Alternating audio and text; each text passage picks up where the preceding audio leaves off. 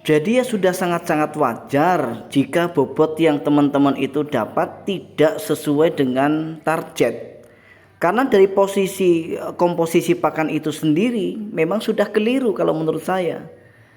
Jadi ketika komposisi pakan yang kita berikan pada ayam-ayam kita itu sudah salah dan keliru, maka tentu saja akan sangat berpengaruh besar pada pertumbuhan dari ayam-ayam yang kita besarkan. Ini kalau untuk khusus sistem pembesaran, teman-teman. Karena sistem pembesaran itu sangat rentan sekali.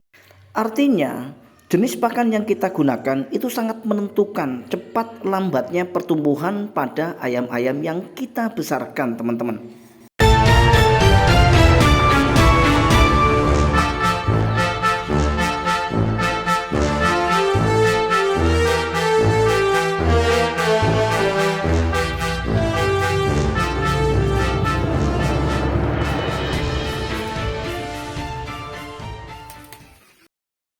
Assalamualaikum warahmatullahi wabarakatuh. Apa kabar teman-teman dan sobat semua hari ini? Sebelum kita lanjut ke videonya, terlebih dahulu saya akan mendoakan buat teman-teman khususnya yang sudah klik video ini. Mudah-mudahan senantiasa dalam keadaan sehat walafiat, murah rezekinya serta dimudahkan dalam segala urusannya. Amin ya rabbal alamin. Untuk menyingkat waktu dan agar durasinya tidak terlalu panjang tetapi teman-teman sudah bisa mendapatkan manfaat dari video ini, maka kita akan segera lanjut ke pembahasan kita kali ini. Teman-teman dan sahabat semua, lagi-lagi saya sempat membaca salah satu komentar dari sahabat kita dan beliau merupakan pemula peternak. Beliau mengeluhkan tentang ayamnya yang tidak kunjung besar karena beliau peternak dengan menggunakan sistem pembesaran. Setelah saya konfirmasi, setelah saya kemudian bertanya kepada beliau, ternyata banyak kesalahan yang sudah beliau lakukan, teman-teman, yang mengakibatkan ayamnya tidak kunjung besar. Di antaranya adalah komposisi pakan yang beliau gunakan. Nah, tentu saja ini adalah informasi yang pasti akan sangat menarik, mengingat bahwa komposisi pakan ini sangat menentukan sekali terhadap cepat dan lambatnya pertumbuhan dari ayam-ayam kita. Dan tentu saja saya rasa banyak sekali yang memerlukan informasi ini. Untuk itu jangan kemana-mana karena kita akan segera mulai, teman-teman. Kita akan jelaskan tentang beberapa hal yang membuat pertumbuhan dari ayam-ayam kita kemudian menjadi lambat. Dan kesalahan ini seringkali pemula peternak itu lakukan. Ya teman-teman, di antaranya yang pertama adalah ketika ayam kita sudah berhasil menetaskan DOC, tentu saja seperti biasa kita akan segera memisahkan dari indukannya.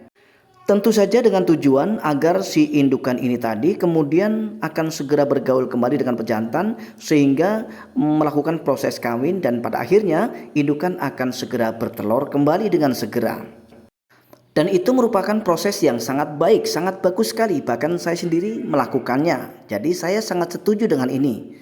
Nah, tetapi yang kemudian menjadi masalah adalah ketika kita sudah berhasil memisahkan DOC dari indukannya selang beberapa hari, katakanlah 1 minggu, kemudian 2 minggu, dan pada akhirnya sampai usia 3 minggu, kemudian jenis pakan yang kita berikan itu jenis pakan yang mungkin tidak sesuai dengan kebutuhan mereka, DOC kita.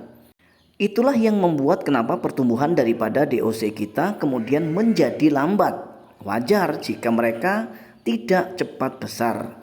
Karena nutrisi yang terkandung dalam jenis pakan yang kita berikan tidak sesuai dengan yang mereka butuhkan, teman-teman. Misalnya,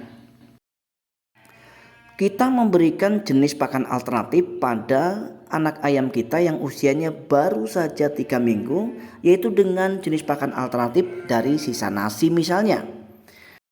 Dan tidak hanya itu, terkadang peternak pemula rumahan ini seringkali memberikan jenis pakan alternatif dari limbah dapur, termasuk ampas kelapa ini. Fatalnya, ampas ini kemudian tidak dibarengi dengan pakan pabrikan untuk kita berikan pada DOC kita yang usianya baru di bawah 1 bulan. Ini yang kemudian menjadi fatal akibatnya, teman-teman. Biasa kalau peternak kampung, peternak rumahan itu selalu memanfaatkan limbah dapur, kemudian sumber-sumber pakan alternatif dengan tujuan agar bisa menekan biaya pakan. Tetapi cara yang mereka lakukan itu banyak yang salah, teman-teman. Dengan komposisi pakan seperti itu, terkadang kita mencampurkan nasi dengan ampas kelapa, kemudian kita campur dengan bahan-bahan yang lain yang sifatnya mengandung nutrisi yang rendah. Itu sama saja tidak memberikan kesempatan pada anak ayam ini untuk tumbuh kembang secara baik. Berbeda halnya dengan ketika kita sudah ilmui, teman-teman. Jadi kita boleh menggunakan jenis pakan alternatif, bukan berarti tidak boleh, tetapi sesuaikan dengan usia dan kemudian jenis pakan alternatif seperti apa yang akan kita berikan pada ayam-ayam kita. Kita boleh memanfaatkan limbah dapur sebagai pakan alternatif untuk ayam-ayam kita, teman-teman.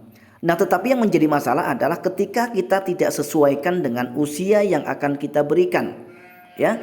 Jadi untuk pakan alternatif itu sendiri, teman-teman, betul-betul harus sesuai dengan usia. Bagaimana mungkin kita akan memberikan jenis pakan alternatif limbah dapur untuk anak-anak ayam kita yang usianya baru 3 minggu ke bawah?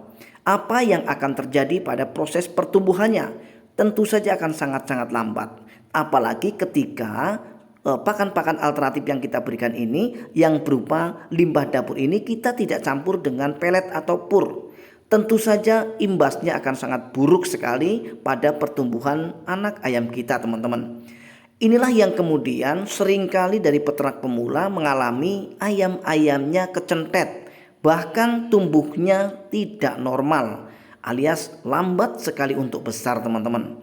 Dan kalau sudah begitu biasanya pasti akan rugi, teman-teman. Kenapa?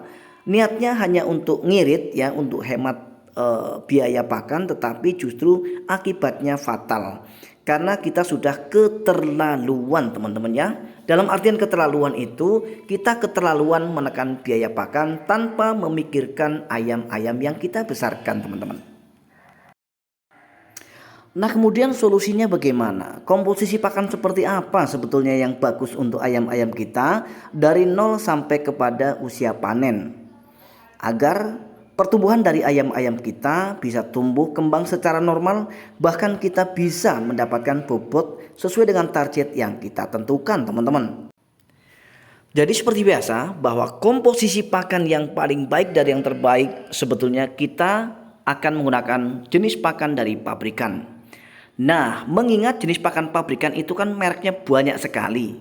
Jadi kalau teman-teman mau mengikuti rekomendasi dari saya, silakan teman-teman menggunakan pelet atau pur jenis atau merek Bravo untuk 0 sampai kepada usia 3 minggu. Silakan gunakan Bravo 311 yang masih lembut atau katakanlah seperti tepung, ya. Nah, kemudian untuk 3 minggu ke atas silakan teman-teman gunakan saja tetap masih merek yang sama yaitu Bravo, tetapi serinya sudah 511. Ya, tentu saja jenis pakan ini bukan jenis pakan yang asing menurut peternak. Tapi bisa saja dari sekian banyak teman-teman yang sudah klik video ini bahkan belum tahu apa itu 511, apa itu 311. Karena kalau namanya pemula itu jelas saya anggap itu sebuah kewajaran. Karena seperti yang sudah saya sampaikan tadi bahwa merek untuk sentrat atau pur atau pelet di toko pakan ternak itu luar biasa banyak sekali pilihannya. Kalau kita sampai salah pilih maka tentu saja ini akan sangat berpengaruh kepada proses pertumbuhan dari ayam-ayam yang kita besarkan, teman-teman. Nah, ada juga yang bertanya, di wilayah kami tidak ada atau tidak tersedia Bravo 311 maupun 511. Kemudian bagaimana jalan keluarnya, Bang Jadi Sultan? Nah, jadi untuk teman-teman khususnya yang tidak bisa mendapatkan 511 dan 311 itu bisa diganti dengan merek lain. Dan saya biasanya kalau pas stok habis untuk 15 dan 311-nya itu saya menggunakan BR, ya teman-teman, BR1 dan BR1 Plus. Jadi itu sudah bisa menggantikan 511, teman-teman. Nah, kemudian ada juga yang bertanya, saya sudah menerapkan apa yang Bang Jadi Sultan sampaikan atau sarankan, tetapi tetap saja hasilnya tidak maksimal. Nah, di sini teman-teman dan sahabat semua, jadi ada beberapa rahasia yang belum saya bongkar sepenuhnya. Ya teman-teman, untuk masalah bagaimana cara membesarkan ayam kampung ini supaya bisa mendapatkan bobot yang maksimal dalam waktu yang singkat. Nah, tentu saja kita akan bongkar pada next video atau video-video berikutnya teman-teman. Nah, sehingga pada kesempatan kali ini kita akan akhiri dulu sampai di sini, dan mudah-mudahan video ini adalah video yang bermanfaat serta menginspirasi teman-teman. Dan tidak lupa saya mengingatkan buat teman-teman dan sobat semua yang memang baru menemukan channel ini, silahkan untuk klik tombol subscribe untuk membantu mengembangkan channel ini supaya tetap bisa berkembang dan bisa menyuguhkan kembali video-video yang bermanfaat. Dan jangan lupa klik tombol like serta komennya, lalu sempurnakan dengan klik tombol lonceng notifikasinya. Tujuannya agar teman-teman nantinya bisa menerima notifikasi video-video terbaru dari Jadi Sultan TV. Akhirnya, assalamualaikum warahmatullahi wabarakatuh. Salam ternak.